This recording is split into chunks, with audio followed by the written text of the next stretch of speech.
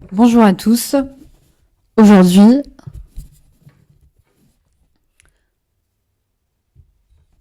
bonjour à tous et bienvenue dans cette nouvelle vidéo.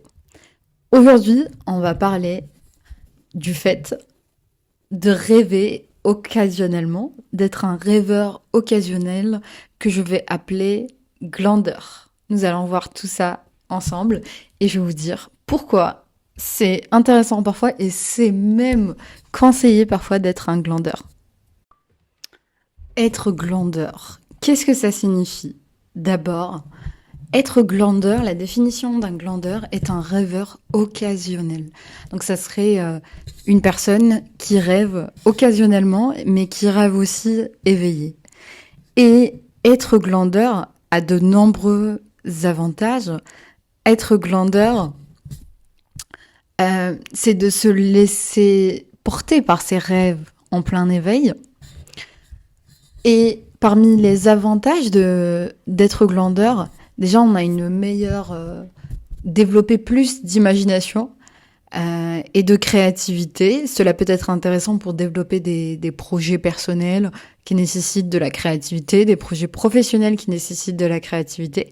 En effet, le fait de se laisser porter par ses rêves, de rester longtemps à rêver éveillé, bah ça ouvre le champ des possibles et ça développe encore plus notre imagination et notre créativité. Un autre avantage à être glandeur, ça serait le fait d'avoir une meilleure résistance au stress et une meilleure résilience aussi. En effet, le fait de se laisser porter par ses rêves, d'être un peu en mode glandeur, ça nous permet en fait de mieux, de ne pas subir le stress et d'être un petit peu déconnecté de ce stress, de ne pas le sentir au final. C'est un peu comme un échappatoire d'ailleurs. Et de mieux résister aussi à la résilience. Parce qu'en effet, on est un petit peu dans un effet positif, on est un peu déconnecté de la réalité, et du coup, on a du mal à sentir la réalité du stress ou les obstacles de la vie. Un autre désavantage aussi est à être un glandeur, qui n'est pas qui n'est pas forcément très comment dirais-je, qui n'est pas forcément un effet recherché, mais d'échapper à la réalité du quotidien. En effet, le fait d'être glandeur, bah, ça permet de mieux affronter certaines situations et ça peut être un réel échappatoire pour une situation qui nous paraît un peu compliquée. Glander. Glander, c'est... Je sais que ce que je suis en train de vous dire, ça va à l'encontre de tout ce qu'on est en train de dire actuellement sur la productivité. Peut-être que moi aussi j'en parle, je prône la productivité. J'ai d'ailleurs fait récemment une vidéo pour lutter contre la procrastination. Je vous mettrai à la fin cette vidéo pour la voir. Mais en ce moment, tout le monde parle de productivité, de se réveiller à 5 heures du matin, à 6 heures du matin, de miracle morning, de faire des to-do list, de réaliser X projets par an. Tout ça, c'est génial. Tout ça, on le veut tous. Moi, la première. On se pousse tous à être la meilleure version de soi-même.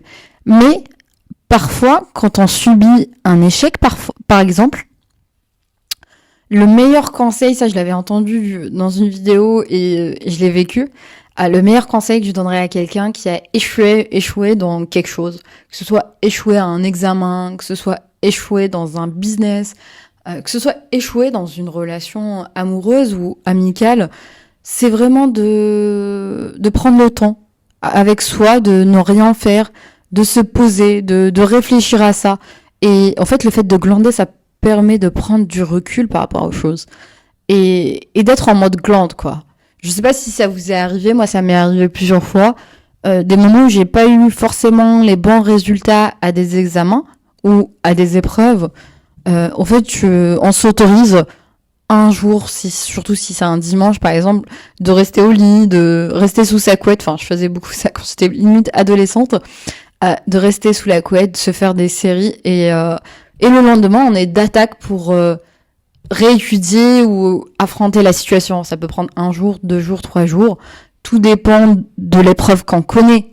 Mais je pense que c'est vraiment nécessaire de prendre les reculs et d'être en mode glande quand on réussit pas forcément quelque chose ou on n'a pas forcément les résultats attendus de quelque chose. Toutes les fois où j'ai pas été en mode glande, après un échec, je me suis dit non, je vais réessayer, non, je dois pas abandonner, pas de répit, je reprends. Ben, ça n'a pas été forcément productif et ça m'a pas forcément aidé.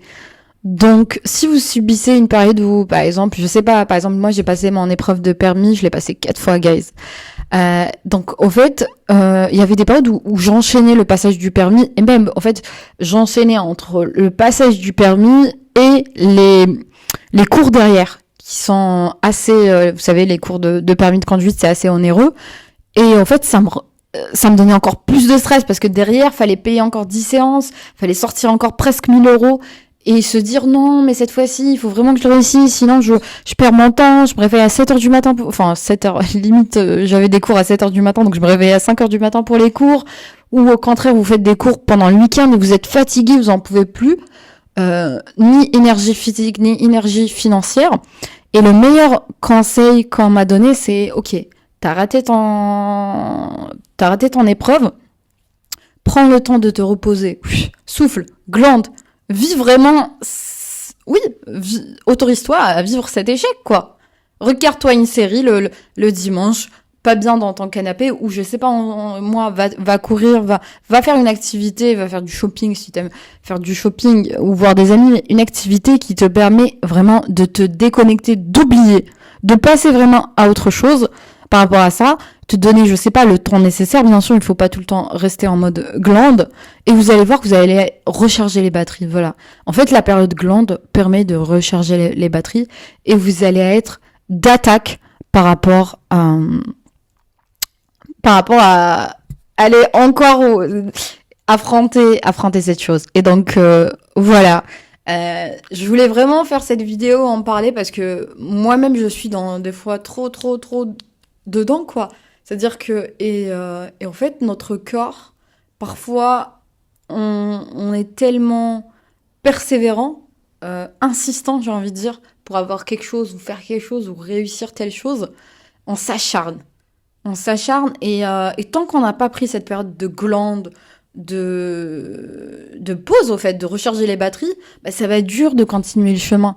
Et la période de glande, bah, ça nous permet de travailler son imagination, de rêver, de réussir la chose et de recharger son mindset, de retravailler sa visualisation, son power positif, son mindset. Et ça, c'est hyper important.